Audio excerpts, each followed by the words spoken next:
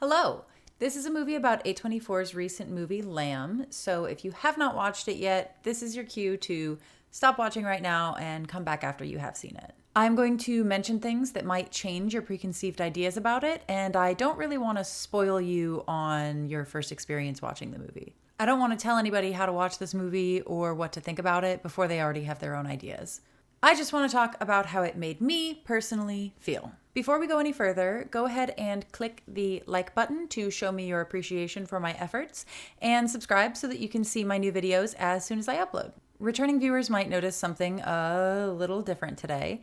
I originally planned this video for release last week, but I had to move, and it was like trying to roll a lubed up boulder up a hill toward the end, just wet, slippery chaos. There was a plumbing explosion, and the whole downstairs of my old place flooded. But that's neither here nor there. That's my old leasing company's problem now. Lamb is a movie by A24, the company also responsible for The Green Knight earlier this year and other stuff like Moonlight, The Lighthouse, Uncut Gems, Midsummer? I don't know. Hereditary.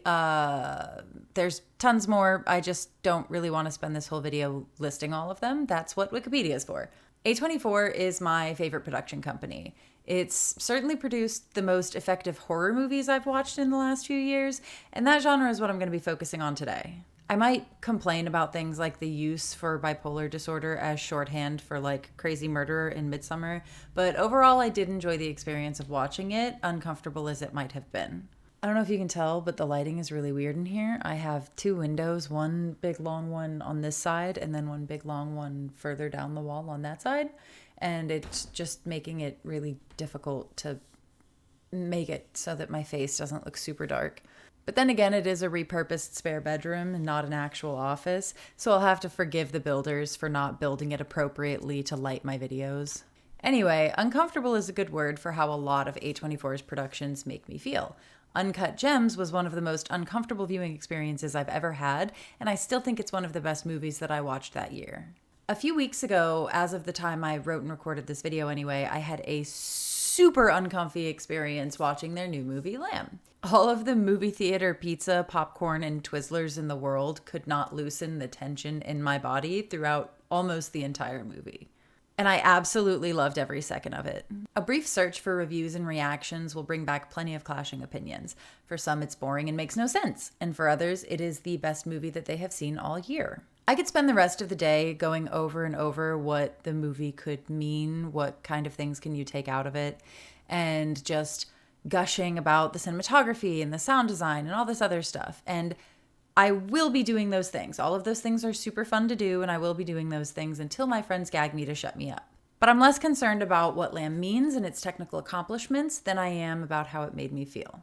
I say with my friends, but I only have one person who was interested enough in the movie to let me drag him out to see it. If you saw this movie, what did you think?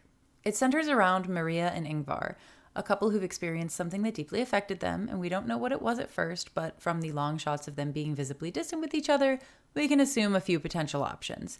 Much later on, we find out that they had lost a child. The titular lamb is born to one of their sheep. They are entranced by it and bring it into their home. The lamb takes on the role of their lost daughter, including the name Ada.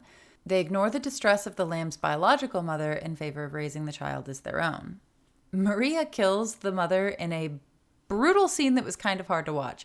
Now, nothing should stand in the way of their happy life with their child, except Ingvar's brother, who watched the whole thing go down. He is so unnerved by Ada that at one point he even takes her out into the field with the same gun that killed her mother, fully intent on killing her to return the farm to some type of normalcy. He can't go through with it, and he winds up kind of taking on the familial role of the fun uncle.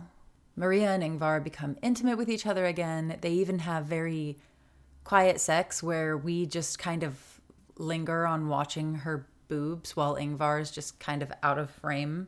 Things seem to be going well until the creature that fathered the new Ada comes to take her back. It first kills the family dog and retrieves the rifle from the barn. Then it shoots Ingvar in the neck and takes Ada away with him. Maria finds her dying husband and weeps for him. When the lights came back up and I had a chance to try and process what I had just witnessed, I felt weird. Like, I knew there was something there and I needed to stop thinking so hard and just let myself feel how the film made me feel. It's like when you forget a word and it comes back to you in the middle of the night. It took a few hours for me to stop trying to overthink and analyze it. And when I finally did, I felt this overwhelming sense of relief and peace. Then, of course, I started thinking about it again, but this time with a new goal. Catharsis is a word that you've probably heard before. It is the process of releasing and providing relief from strong or repressed emotions. All types of art can provide some type of catharsis for different people, either in the act of creating or experiencing the work. Horror movies can help people work through feelings that they have around traumatic events in their life. Alternately, some subjects in horror movies could be super triggering and not provide the needed catharsis depending on how they are handled in the work. For example, when SA is a plot device in horror films, I could go either way on it. If it's a movie like Last House on the Left, I am not really a fan. It's more likely to give me a panic attack than any type of catharsis. A viewer doesn't need to have experienced a similar type of trauma to reach that point of catharsis after a viewing.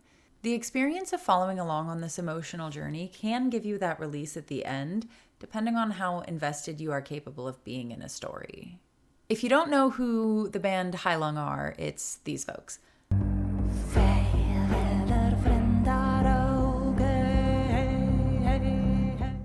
There's a quote from their YouTube page that I think about a lot when I watch things that put me through the emotional ringer.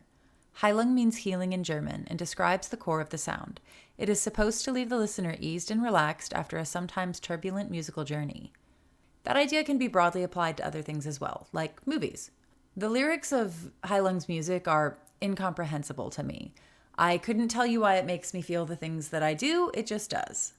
Much like in Lamb, I could go on for hours about each little thing that made me tense or uncomfortable in the movie. Then, in the end, that tension was released at the same time it was on screen with the grieving cries of Maria as she holds her husband's body. The lights came on and I felt drained and relieved that the experience was over, but in a wow, I can't wait to watch something like that again kind of way. There is a lot of value in art that makes you feel uncomfortable. It's an experience that I wouldn't trade for anything. Of course, not all movies need to make you feel like you've been emotionally beaten up for your lunch money, but it's a bit of spice to add dimension to a dish, not the whole thing. Thank you for watching, and if you haven't seen Lamb yet, good luck finding a theater playing it. There were a total of 3 in my area, and one is this bougie hipster theater. Make sure you like and subscribe so you don't miss a video from me. I upload sometimes every couple weeks if I'm not having a meltdown or if I'm not moving. Obligatory end of video Patreon plug. Head over to patreon.com/writingwomen if you want to get access to behind the scenes content, some extra videos, and maybe this month you'll get to see the single page, definitely not suitable for work screenplay I wrote parodying Lamb.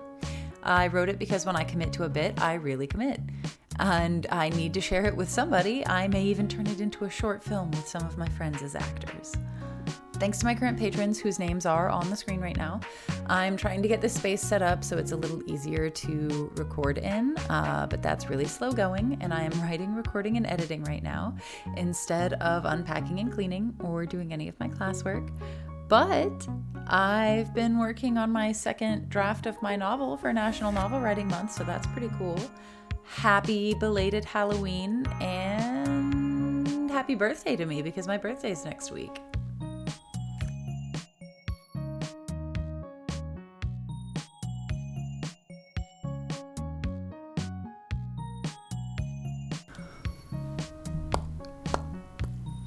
The lighting is really weird in here. For some, it's boring and makes no sense. For others, it's the best movie they've seen